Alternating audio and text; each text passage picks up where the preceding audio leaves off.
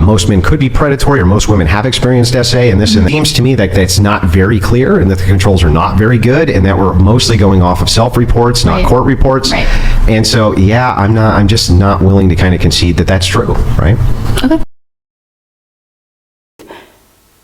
Mate, you only actually have to do one quick Google and you can see official organisations and government organisations that have collated different evidence to come up with the statistic that 1 in 5 women have been sexually abused by men. Right. And so, yeah, I'm just not willing to kind of concede that that's true, right? I guess you don't have to concede that data that has been gathered in very scientific ways and collated for decades. No, you don't have to believe the evidence that is there. But why would you choose to ignore it? So to kind of dive into this, all Brian's trying to say is, like, if you have this kind of hyperinflated number, which would include things like catcalling or things which clearly are not assault, right? If you had Googled to search how many victims of catcalling actually go to the police, you would have found out that it really doesn't happen. There's not a whole bunch of men being taken to the police or being accused or jailed or taken to court because they catcalled a woman in the street. Right. These should be in kind of totally different categories, and the reason they're put into the same is to inflate the number, thus making men look far more predatory than they actually are. No, women put up with enough, Andrew. I can promise you we are not going to the police because some guy wolf whistled at us in the street. So if that is the case, then, and you can even see, like, kind of with your rah-rah feminism that pops out really quick. I didn't say I have a rah-rah. Well, you did. As Andrew starts off, so if that is the case, then it would be a really bad thing. If women actually did report every time they got catcalled, which statistically can be up to 4 times a week, then yes, those stats would highly inflate with the sexual abuse data of women by men. That would be true. But Andrew, it's not true. You only had to do a quick little Google to find out how wrong you are. And also, you're forgetting something major, Andrew, is that not all sexual abuse crimes are reported to the police.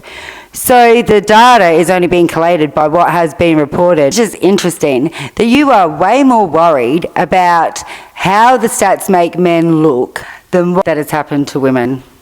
So it's like the only thing you can see is that these stats might hurt men, I don't know how, but men's ego, I guess, or making men look bad, than you are about the fact that so many women are sexually abused by men. You can't. So this is why when people say believe all women, it sounds to me like fucking I don't think that's true. No, I disagree. Yeah, it sounds to me like total absurdity. Wow, you really did a lot of loops there, Andrew. Nobody told you to do that. Of course people expect there to be evidence and stuff. Why do you think so many women don't come forward? Because they don't have any evidence. It's just their word. But you don't even want to focus on all the people that have been proven to commit these crimes.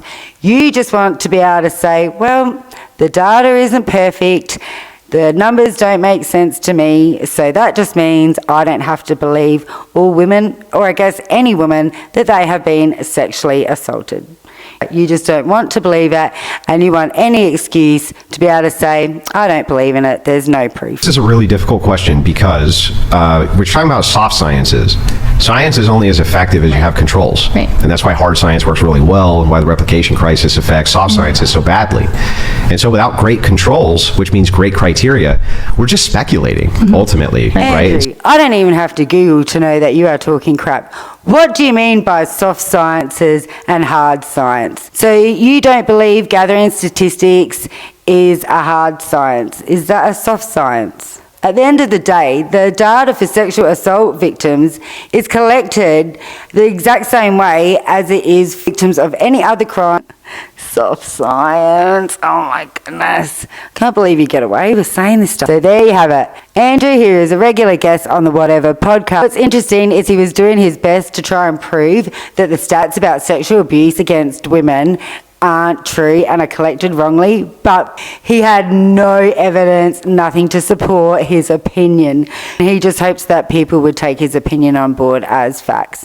And I guess some people would, some people wouldn't be checking, but Andrew knows what he's doing, and we just saw the proof of that. But next time I see Andrew in a debate telling them to argue in good faith, I'm just going to remember this and laugh and laugh and laugh. Anyway, let me know in the comments section below what you think, and thanks for for watching. See you next time. Bye for now.